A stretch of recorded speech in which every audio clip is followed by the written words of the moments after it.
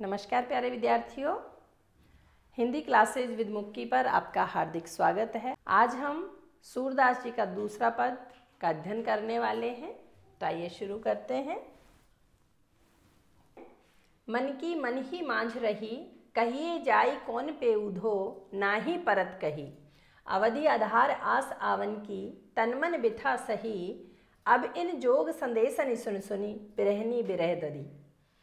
चाहती हुती गुहार जितई तई, उततई धार बही। सूरदास अब धीर धरई क्यों, मर ज्यादा न लही। तो देखिए कुछ इसमें शब्दार्थ है, वो मैं आपको बता देती हूँ। माझ का अर्थ होता है में, बिथा यानी व्यथा या तकलीफ। विरहिणी होती है अपने प्रेमी से बिछड़ी हुई।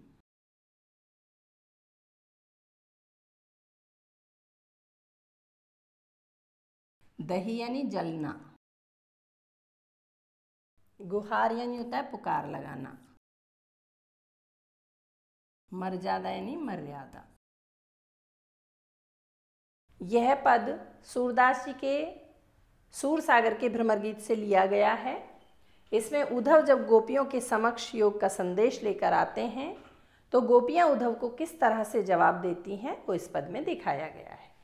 गोपियां उद्धव से कहती हैं कि हे उद्धव, मन की मन ही मांझ रही, हमारी तो मन की मन में ही रह गई। अर्थात हम कृष्ण से अपने प्रेम का इजहार करती, अपना प्रेम व्यक्त करती, लेकिन उससे पहले ही कृष्ण चले गए, इसलिए हमारी मन की बातें मन में ही दबकर रह गई।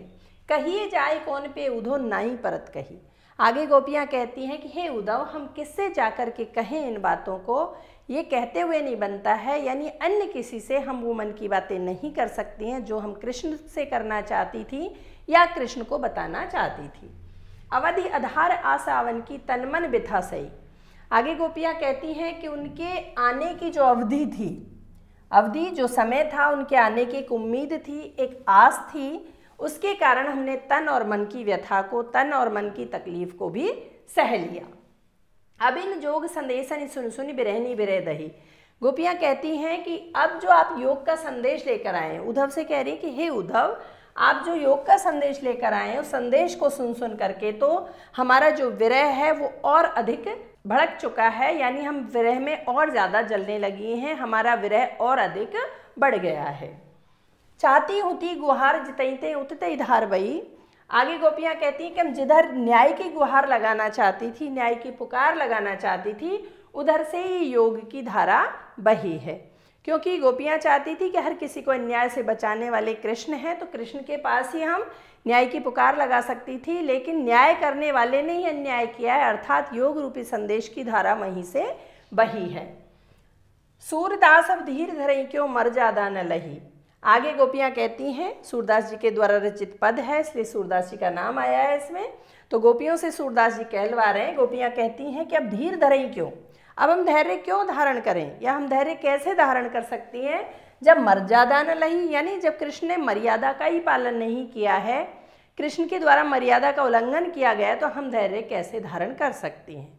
यहाँ प्रेम की मर्यादा की बात की गई है, और प्रेम की मर्यादा होती है कि प्रेम के बदले प्रेम दिया जाए, लेकिन यहाँ कृष्ण के द्वारा प्रेम के बदले गोपियों को योग का संदेश दिया है, इसीलिए वो कहती हैं कि कृष्ण ने मर्यादा का पालन नहीं किया है। एक बार पुनः भावार्थ देख लीजिए। गोपियां अपनी व्यथा को व्यक्त करते हुए उद्धव जी से कहती हैं कि अपने हृदय का प्रेम व्यक्त करने से पहले ही कृष्ण हमें छोड़कर चले गए और हमारे मन की बातें हमारे मन में ही रह गई। हम उनसे कोई भी बात व्यक्त नहीं कर पाए, अर्थात कह नहीं पाए। हे उद्धव, इसलिए अब हम अपने मन की व्यथा किससे जाकर कहें। आगे गोपियां कहती हैं कि हे उद्धव, अब तक तो हमें श्री कृष्ण के वापस आने की उम्मीद थी, इसलिए हमने अपने तन और मन की व्यथा सहन की, अर्थात तकलीफ को सहन किया। उद्धव के योग और ज्ञान का संदेश सुन सुनकर हम गोपियां विरह की अग्नि में और अधिक जलने लगी हैं। गोपियां उद्धव से अपनी बात को जारी रखते हुए कहती हैं कि हे उद्धव, हम गोपियां श्री कृष्ण के समक्ष गुहार लगाती, परंतु वहीं से ये योग संदेश की धारा बही है। गोपियां कहती हैं कि हे उद्धव, हम धैर्य किस प्रकार धारण करें, क्योंकि श्री कृष्ण ने अपनी मर्यादा त्याग दी है। कृष्ण द्वारा हमें छला गया है, क्योंकि मर्यादा तो ये कहती है कि प्रेम के बदले प्रेम मिलना चाहिए। ये था पद 2। मैं उम्मीद करती हूँ कि वीडियो आपको पसंद आया होगा। पसंद आया है तो लाइक कीजिए, शेयर कीजिए और चैनल पर नए हैं तो चैनल को सब्सक्राइब कीजिए। फिर मिलती हूँ अगले वीडियो में। तब तक के लिए बाय। अपना बहुत सारा ध्यान रखिए। Take care. जय हिंद।